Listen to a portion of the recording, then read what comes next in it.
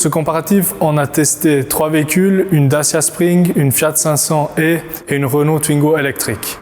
Ces 3 véhicules ont pour but de démocratiser les voitures électriques grâce à leur prix d'achat concurrentiel combiné à des coûts d'entretien réduits.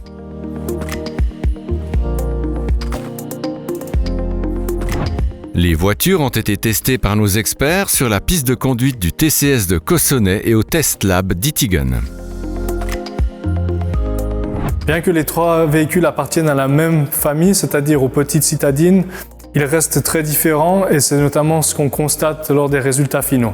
Sur le site web du TCS, vous trouverez les résultats sous forme de tableaux ainsi que de nombreuses informations supplémentaires comme par exemple l'utilisation du véhicule avec des sièges d'enfants. La Dacia Spring a un vrai look de crossover avec sa garde au sol élevée, ses arches de roue en plastique et ses barres de toit.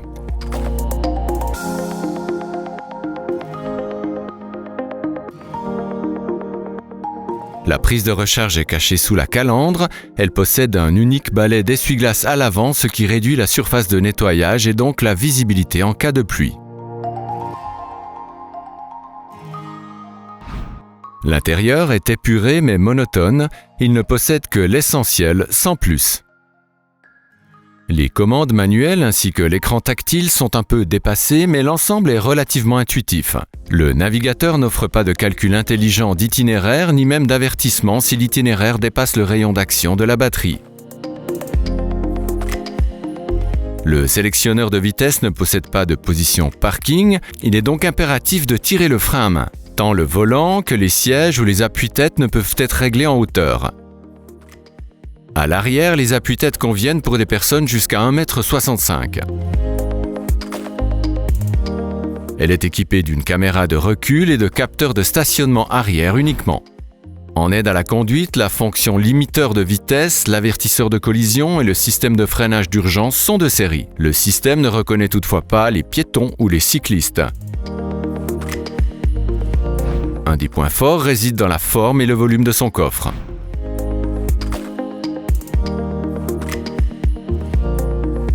La Fiat 500e, ici testée en édition spéciale Red, garde sa fameuse silhouette qui plaît tant. Elle obtient un lifting très agréable, notamment au niveau de la signature lumineuse. Étant la seule 3 portes du test, l'accès aux places arrière s'en trouve péjoré. L'impossibilité d'ouvrir les fenêtres arrière, combinée au manque d'espace aux jambes, feront qu'un adulte se trouvera rapidement en position d'inconfort.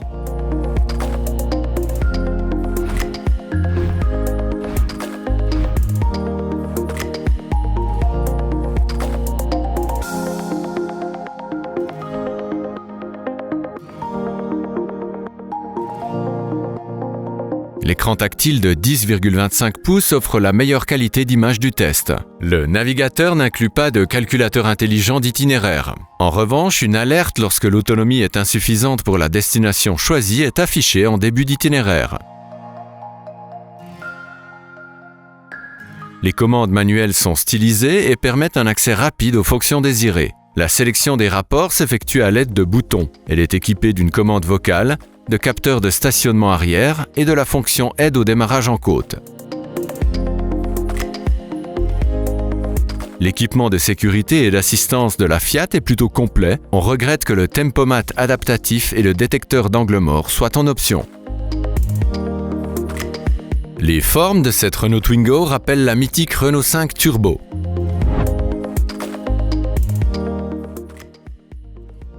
La prise d'air sur le côté gauche, les roues arrière plus larges ainsi que le petit spoiler lui procurent une allure sportive. Même si le moteur se trouve à l'arrière, les réservoirs de liquide sont accessibles depuis le capot en plastique. Ce dernier est quelque peu particulier à manier et est retenu par des sangles de sécurité.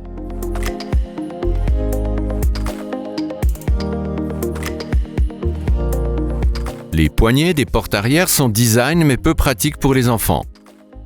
L'intérieur offre les espaces les plus généreux du test. La banquette propose le plus de modularité grâce à un plancher plat et la possibilité de ne pouvoir abaisser qu'un siège.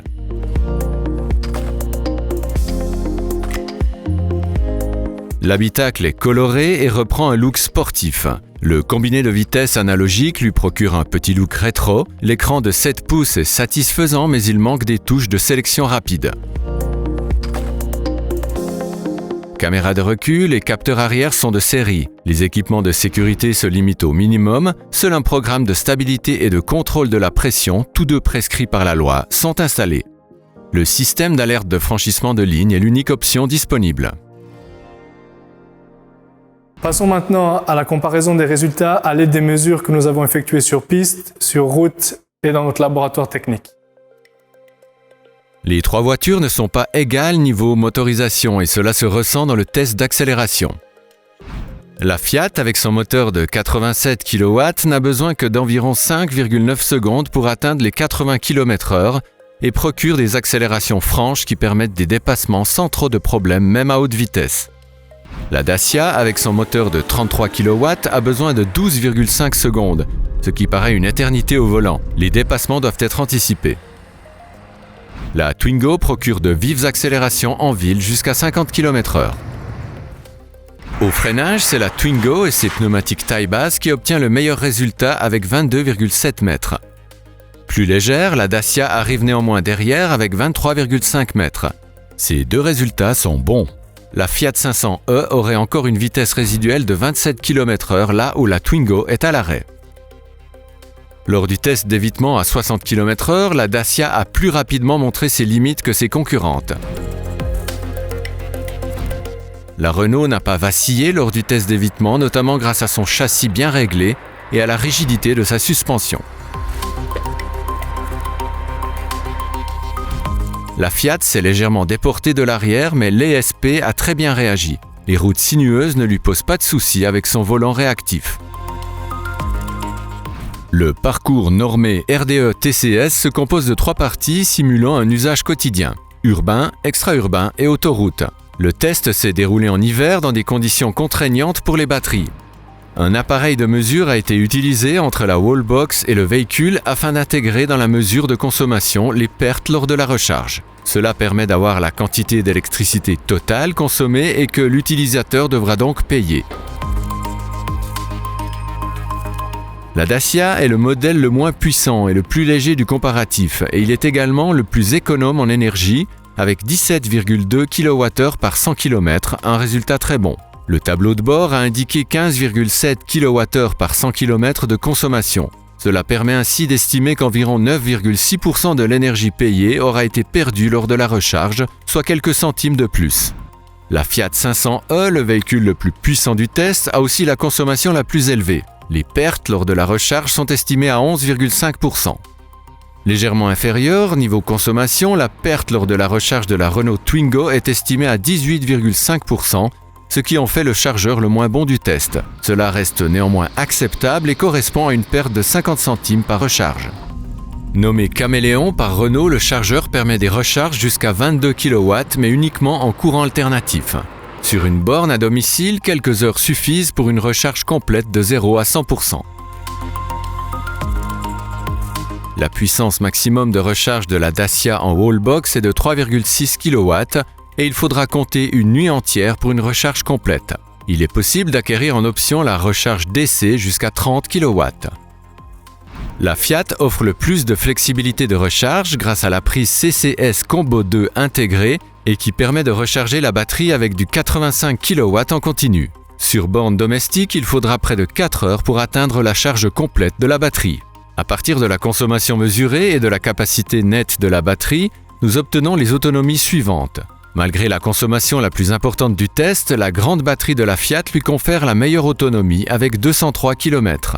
La Dacia Spring constitue un milieu acceptable avec 167 km, surtout si l'on prend en compte son prix d'achat. L'autonomie de la Renault en hiver est limitée et fond rapidement sur autoroute. Ce qui est intéressant, c'est que parmi tous les critères qu'on a évalués, il y a un point fort qui revient pour les 3 véhicules et c'est l'empreinte carbone.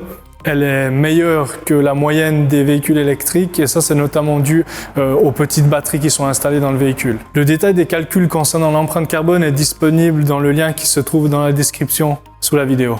Au quotidien, les diamètres de braquage des 3 véhicules sont très bons. La Twingo atteint environ 9 mètres grâce à son moteur installé sur l'essieu arrière, ses concurrentes environ 10 mètres. La mesure du niveau sonore à différentes vitesses a confirmé les ressentis subjectifs. Il faut comprendre qu'une augmentation de 3 décibels correspond à un doublement du niveau sonore. Ainsi, le niveau sonore à 60 km/h dans la Dacia et la Renault sont ressentis comme 2 fois plus forts que dans la Fiat qui se situe dans la moyenne. La Dacia est bruyante tant à basse vitesse que dès qu'on dépasse les 80 km/h. L'avertisseur sonore qui fonctionne aux vitesses inférieures à 30 km/h est clairement audible dans l'habitacle et devient à la longue agaçant. D'autres informations comme le coût d'utilisation, l'analyse prix-autonomie ou l'utilisation du véhicule avec des sièges enfants sont expliquées sur notre site web dont le lien est en description sous la vidéo. Abonnez-vous à la chaîne pour ne rien manquer de nos tests autour de la mobilité. Sur la première marche du podium, on retrouve la 500e Red. Les Italiens ont su redonner un coup de jaune à la 500 en proposant cette version complètement électrifiée. Elle est le modèle avec la plus grande autonomie du test, mais également avec le système de recharge le plus polyvalent. En effet, elle permet des recharges en courant continu allant jusqu'à 85 kW et des recharges en courant alternatif jusqu'à 11 kW. En revanche, c'est le véhicule le plus cher du comparatif avec un prix pour le véhicule testé de environ 33 000 francs. En deuxième position, on retrouve la Renault Twingo électrique. Parmi ses points forts, son diamètre de braquage de 9 mètres et sa bonne tenue de route qui sont les 2 meilleurs du test. La Renault Twingo a été conçue pour la ville, son domaine de prédilection c'est les ruelles et puis pour cette raison elle n'a pas été équipée d'un système de recharge rapide. Elle permet uniquement des recharges en courant alternatif avec par contre une puissance de charge maximum allant jusqu'à 22 kW. Elle est également le modèle du test avec la plus petite autonomie. Pour terminer, on a la Dacia Spring qui est le véhicule le moins cher du comparatif mais également le moins cher du marché. Parmi ses points forts, le volume du coffre et également sa faible consommation et ses faibles coûts de service. Elle convient parfaitement au petit budget. En revanche, la version de base est fournie uniquement avec un chargeur embarqué de 3,6 kW. C'est pourquoi le TCS conseille lors de l'achat de prendre l'option système de recharge rapide qui permettra des recharges en courant continu allant jusqu'à 30 kW, ce qui va permettre d'augmenter la polyvalence du véhicule. Le TCS vous souhaite une bonne route en toute sécurité.